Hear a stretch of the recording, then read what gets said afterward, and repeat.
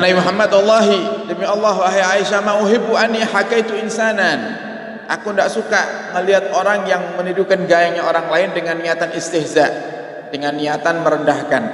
Waliya kata wa kata, padahal pada diriku ada seperti ini, ada seperti itu. Maksudnya Nabi Muhammad, sebenarnya Nabi Muhammad itu sempurna, cuma Nabi Muhammad mengajarkan kepada kita. Kalau Nabi Muhammad tidak ada apa-apanya, tidak ada aibnya di dalam dirinya. Cuma Nabi itu mengajarkan kepada kita, jangan kamu rendahkan orang lain, sedangkan dalam dirimu banyak kekurangan.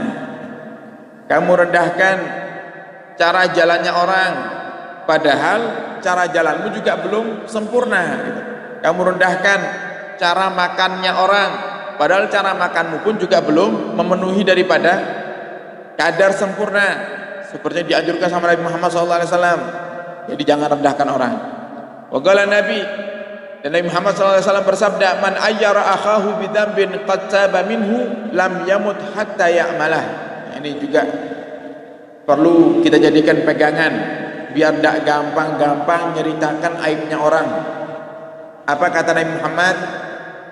Siapa yang menceritakan daripada aib saudaranya, padahal saudaranya sudah bertobat, lam yamut, dia tidak akan mati kecuali dia akan melakukan dosa tersebut.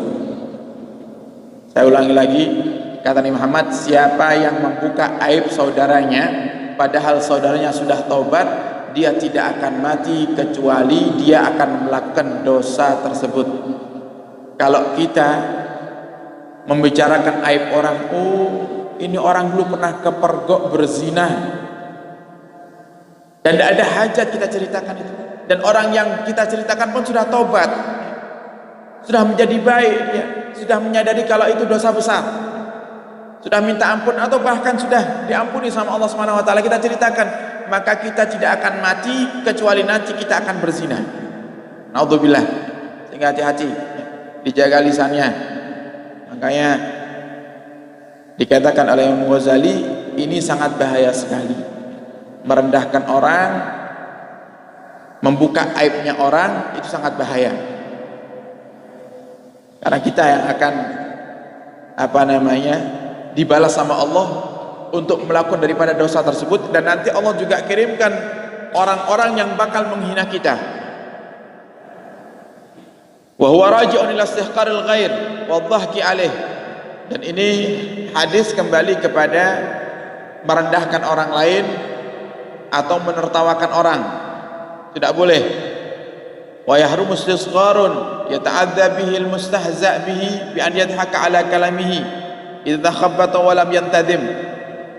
Dan juga diharamkan istisghar. Istisghar itu kalau bahasa Indonesia yang sebenarnya sama, kalau bahasa Arabnya dibedakan. Kalau istisghar itu merendahkan orang yang mungkin remeh, hal yang remeh. Contohnya seperti halnya menertawakan orang di saat ngomongnya niku belepotan, ngomongnya tidak teratur, atau mengucapkan satu kalimat itu salah, ya.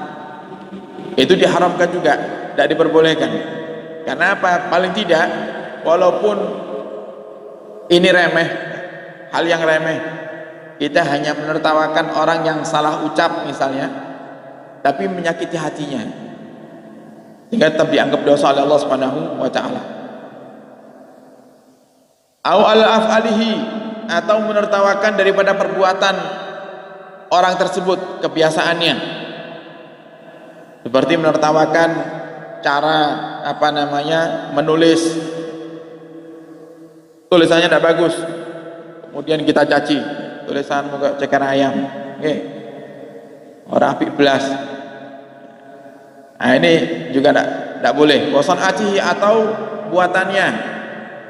Nah ini sering juga ini, misalnya buat makanan kok keasinan, ya, buat makanan keasinan, kita caci, tidak boleh. Mencaci makanan itu tidak boleh.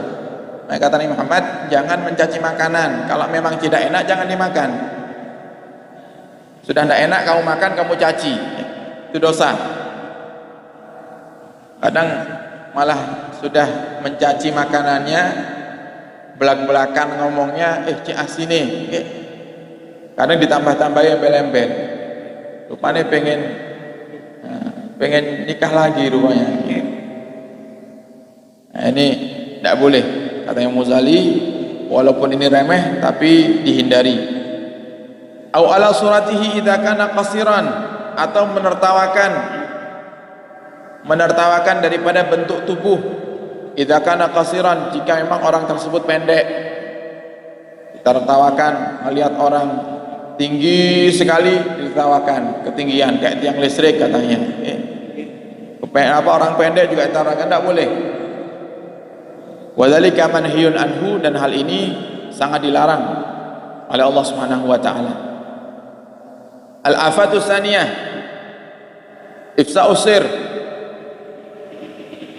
Al-afatu tsaniyah asyar, bahaya lisan yang ke-12. Itu kan kalau kita biasa membuka rahasia orang itu, yang tidak amanat itu adalah orang-orang yang fasik. Ya, Allah katakan innallaha la yahdil qaumal fasikin. Allah tidak memberikan hidayah, petunjuk kepada orang-orang yang fasik.